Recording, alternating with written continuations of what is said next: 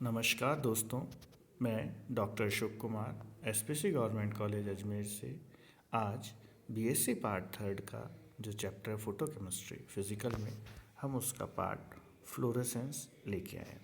तो फ्लोरेसेंस से पढ़ने से पहले हम एक डायग्राम देखेंगे।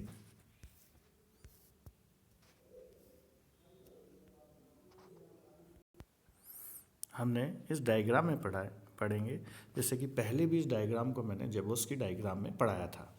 इसके अंदर हम लेते हैं कि एक मॉलिक्यूल एक एब्जॉर्ब करता है एनर्जी। देखिए ग्राउंड स्टेट पे, तो ग्राउंड स्टेट पे एब्जॉर्ब करेगा जिसके अंदर इसके दोनों एंटी पैरेलल है।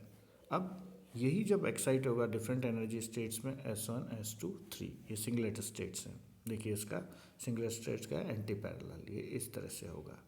जब अब क्या होगा इसमें, जब इलेक्ट्रॉन ने जिस मॉलिक्यूल ने एनर्जी एब्जॉर्ब की डिफरेंट स्टेट्स में चला गया, जब ये सिस्टम वापस जब एनर्जी जब ऊपर से नीचे आएंगे, मान लीजिए S3 से S2 आया तो इसको बोलेंगे इंटरनल कन्वर्जन, ये सेकंड IC। और अगर ये एक एनर्जी ट्रिपलेट स्टेट के अंदर क्या होगा, दोनों पैरेलल होगी। तो ये जो दोनों पैरेलल होगी ट्रिपलेट स्टेट के अंदर, ये वाला इस तरह से। तो जब ये S से मान लिया S2 से ST2 पे आया तो इंटर सिस्टम क्रॉसिंग हो गई। अब यहाँ से ये ट्रांजिशन S1 से ट्रांजिशन जो हमारा है, इस ट्रांजिशन में हम S1 से जब हमारा S0 पे आएगा तो इसे बोलेंगे हम फ्लोरेसेंस। इसका बारे में हम डिटेल से पढ़ेंगे, अभी सिर्फ डायग्राम से बता रहे हैं। और इसके अंदर जब ट्रिपलेट स्टेट से जब हमारा ग्राउंड स्टेट पे आएगा तो इसे हम बोलेंगे फॉस्फोरेसेंस। इनका विस्तृत अभी हम पढ़ेंगे। Fluorescence in these transitions, excited molecule return from singlet excited state S1 and triplet excited state T1 to the ground state S0। अब इसमें क्या होगा ये तो मैंने आपको बता दिया। इसके साथ इमिशन ऑफ रेडिएशंस भी होगा जो ऊपर से नीचे की तरफ आएगा। एक्टिवेटेड मॉलिक्यूल है S1 से S0 स्टेट में आता है तो इमिशन ऑफ रेडिएशन करता है जिसे हम फ्लोरेसेंस कहते हैं। फॉस्फोरेसेंस नेक्स्ट पढ़ेंगे। The time required for such transaction is 10⁻⁸ second. इसके लिए 10⁸ सेकेंड का समय होता है जब हम S1 से S0 की तरफ आते हैं। S1 से S0। अब देखिए इस ट्रांजिशन जो मॉलिक्यूल होता है इज द सेम मल्टीप्लिसिटी। हमने कहा कि दोनों सिंगलेट स्टेट में दोनों एंटी पैरेलल है। Give the phenomena of fluorescence. तो ये फ्लोरेसेंस का फिनोमिना हो गया।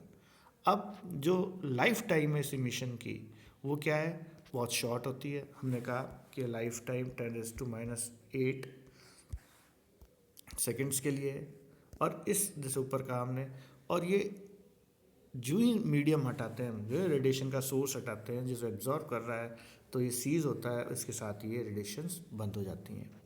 तो फ्लोरोसेंस इस तरह से कहा कि फ्लोरोसेंस वो रेडिएशंस हैं जो जब एक मॉलिक्यूल एब्जॉर्ब करता है, जब रिटर्न करता है तो वो एनर्जी एक्टिवेटेड मॉलिक्यूल रेडिएट करता है तो उसका एक समय निश्चित होता है 10⁻⁸ सेकेंड्स। और जो ही हमने वो सोर्स हटाया रेडिएशन का, वैसे ही वो इमिशन भी बंद हो जाता है। अब आता है हमारा फॉस्फोरेसेंस। देखिए फॉस्फोरेसेंस में उसमें सिंगलेट स्टेट से आता है, इसमें ट्रिपलेट स्टेट से ग्राउंड स्टेट पे आएगा। अब जो इसमें S0 से ये जो T1 से जो हमारा मॉलिक्यूल है वो T1 से जब ग्राउंड स्टेट पे आ रहा है, वहीं फॉस्फोरेसेंस में ये हो रहा है। और फ्लोरेसेंस में S0 से आ रहा था, S0 पे आ रहा था, तो एक कंपेरेटिवली स्लो प्रोसेस है और इसे बोलेंगे फॉस्फोरेसेंस। अब देखिए उसमें सिंगलेट से था, इसमें ट्रिपलेट से था।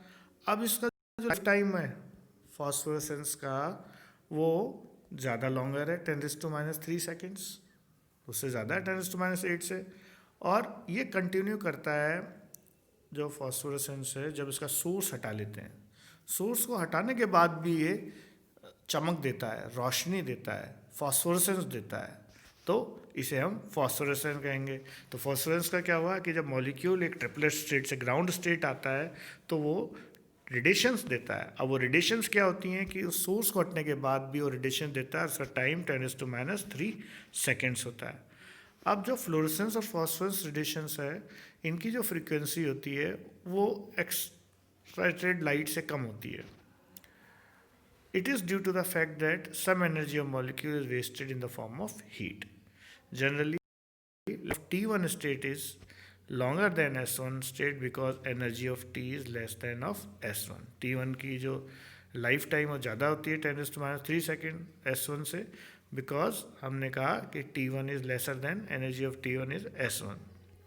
This is the reason why molecules prefer to remain in T1 state. Most of the chemical reactions happen to be in this state. तो ये हमारा फॉस्फोरेसेंस था। फॉस्फोरेसेंस हमने देखा कि भाई ट्रिपलेट स्टेट से S0 पे आएगा।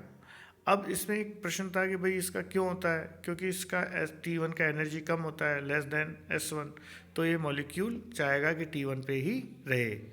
तो और ज़्यादातर chemical reactions happens to be in this state. So ये कंप्लीट हुआ हमारा फॉस्फोरेसेंस और फ्लोरोसेंस दोनों। अब हम इसको एक बार पुनः देखेंगे। आज देखिए, हमने ये डायग्राम कहा था। इस डायग्राम के अंदर हमने ये कहा कि ये मॉलिक्यूल एब्जॉर्ब करता है, मल्टीप्लिसिटी इसकी एंटी पैरेलल है, जो यहाँ से एब्जॉर्ब करेगा, डिफरेंट एनर्जी स्टेट्स में चला जाएगा। डिफरेंट एनर्जी स्टेट से जब वापस आएगा तो इंटर सिस्टम क्रॉसिंग होगा। इंटर सिस्टम क्रॉसिंग है और इंटरनल कन्वर्जन, IC मतलब internal conversion same energy levels में, और इंटर सिस्टम एक सिस्टम से दूसरे। इसमें हमने ट्रिपलेट स्टेट का देखिए, इसका पैरेलल है स्टेट्स, और जब ये S1 से S0 की तरफ आ रहा है तो हमारा फ्लोरोसेंस है, और जब T से S0 की तरफ आ रहा है तो ये हमारा फॉस्फोरेसेंस है।